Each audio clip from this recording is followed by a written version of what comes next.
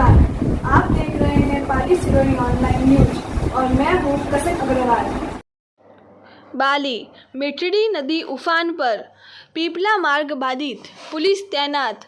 बाली उपखंड के सेवाड़ी गांव के आसपास इलाकों में सोमवार देर रात्रि व मंगलवार सुबह तेज बारिश होने से मिठड़ी नदी का पानी बढ़ गया है।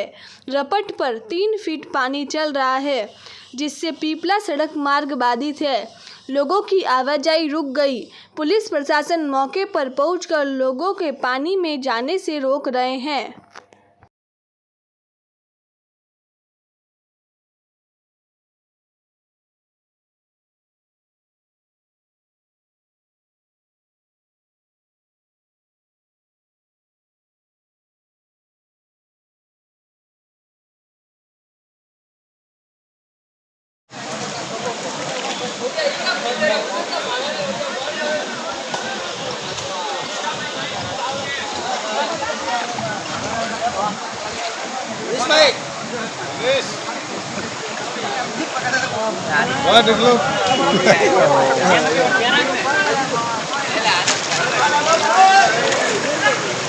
Ya,